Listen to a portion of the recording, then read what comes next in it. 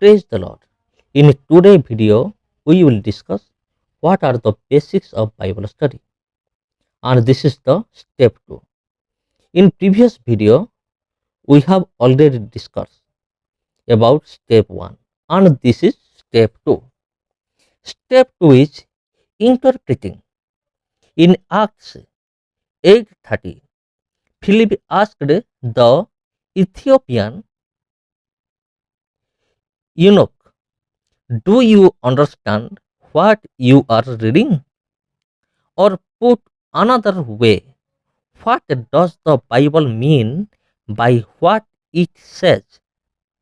It is not enough to read the text and jump directly to the application. We must first determine what it means. Otherwise, the application may be incorrect.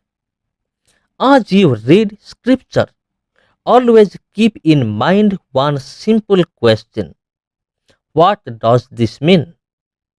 To answer that question requires the use of the most basic principle of interpretation called the analogy of faith, which tells the reader to interpret the Bible with the Bible, letting the Holy Spirit be your teacher.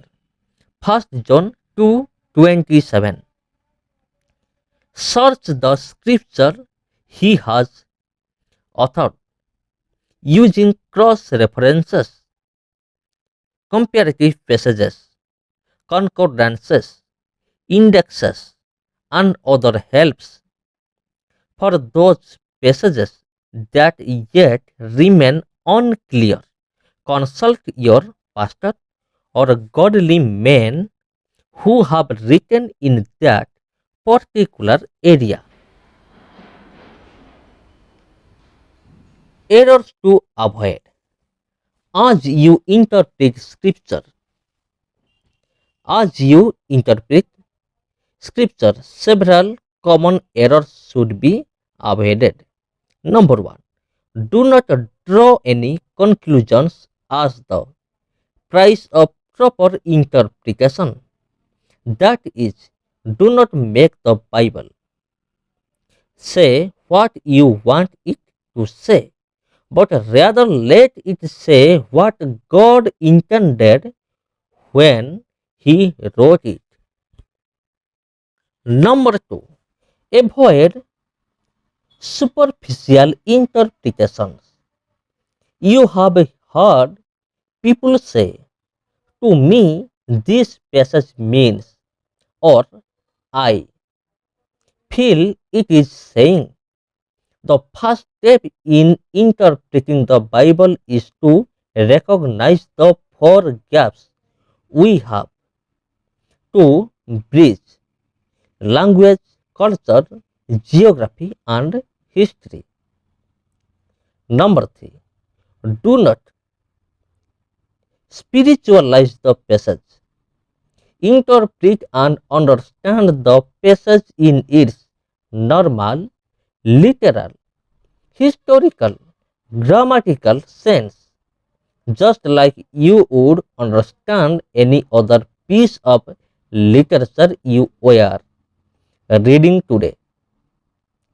Like gaps to bridge. The books of the Bible were written many centuries ago. For us to understand today what God was communicating then, there are several gaps that need to be bridged: the language gap, the cultural gap, the geographical gap, and the historical gap.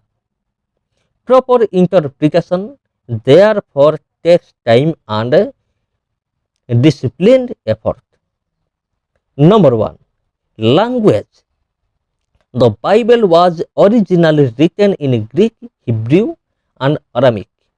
Upon understanding the meaning of a word or phrase in the original language can be the key to correctly interpreting a passage of scripture.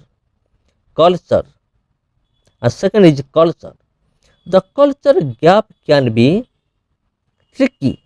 Some people try to use cultural differences to explain away the more difficult biblical commands.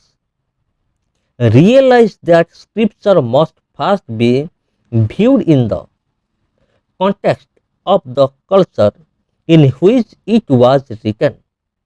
Without an understanding of first century Jewish culture, it is difficult to understand the Gospels.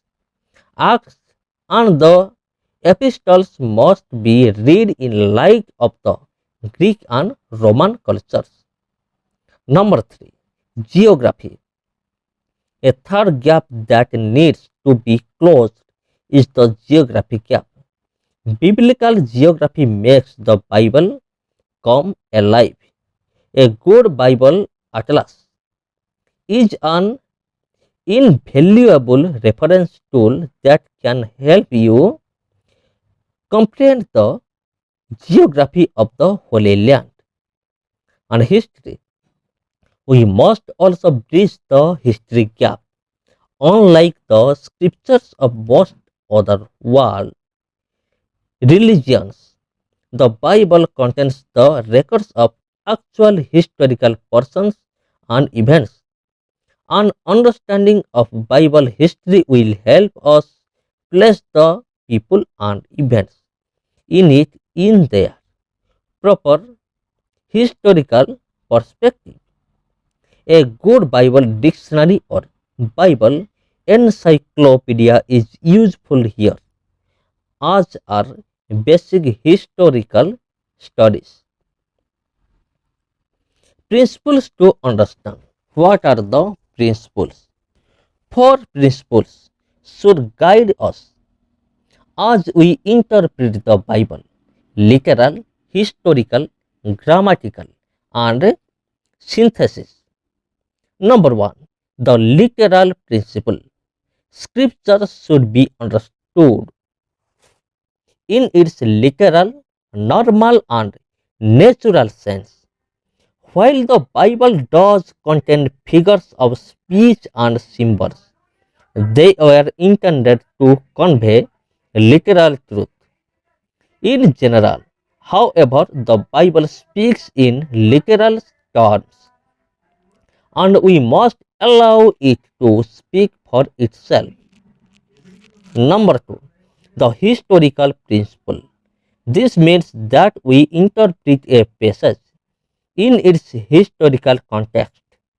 We must ask what the text meant to the people to whom it was first written. In this way, we can develop a proper contextual understanding of the original intent of scripture. And number three, the grammatical principle.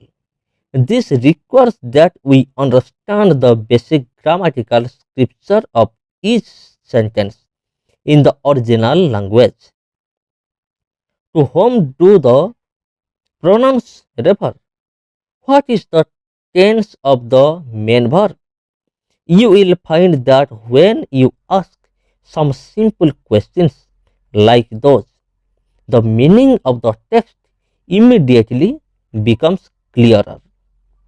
Number 4. The synthesis principle.